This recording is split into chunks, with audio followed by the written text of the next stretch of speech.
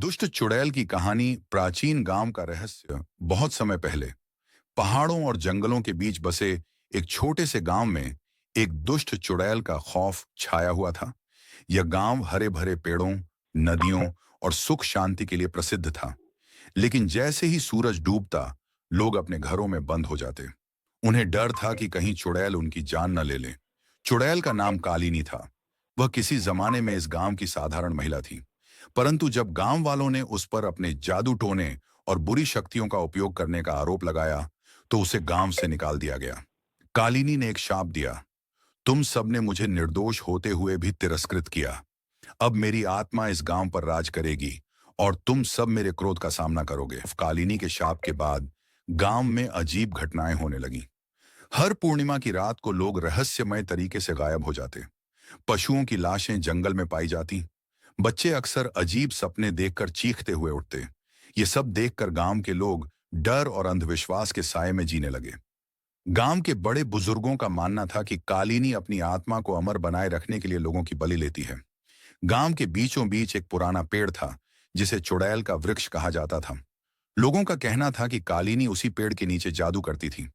एक दिन गांव में एक बहादुर युवक अर्जुन आया। वह पास के एक शहर से था और उसने गांव की कहानियां सुनी थीं।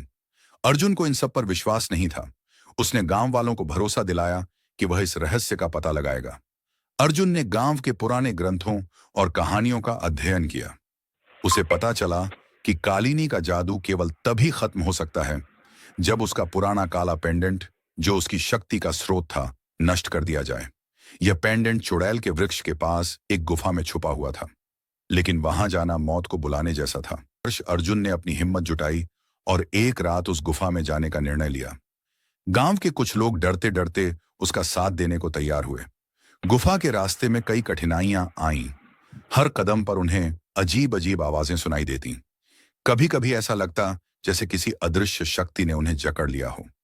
जब अर्जुन और उसके साथी गुफा के अंदर पहुंचे, तो उन्होंने देखा कि वहां अजीब चमक रही थी। गुफा के बीचों बीच एक पत्थर की मेज पर कालिनी का पेंडेंट रखा हुआ था। जैसे ही अर्जुन ने पेंडेंट की ओर हाथ बढ़ाया, कालिनी की आत्मा वहां प्रकट हो गई। उसकी डरावनी हंसी पूरे गुफा में गूंज उठी। मुझे रोकने की हिम्मत कैसे की? कालिनी ने गुस्से में कहा। अर्जुन ने अपनी तलवार निकाली और कहा, तुमने गांव को बहुत सताया है, अब तुम्हारा अंत निकट है।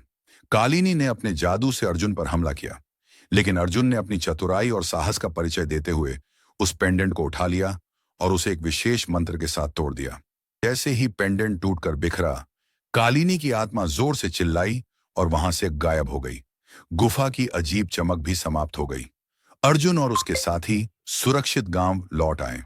अगली सुबह गांव में पहली बार सूरज की किरणें बिना किसी डर के चमकी। लोगों ने अर्जुन का धन्यवाद किया और गांव को फिर से एक नई शुरुआत मिली। कालिनी के जाने के बाद गांव में फिर से खुशहाली लौट आई। अर्जुन को गांव के लोग नायक मानने लगे। चुड़ैल के वृक्ष को काटकर वहां एक मंदिर बनाया गया, जहां लोग भगवान की पूजा करने लगे।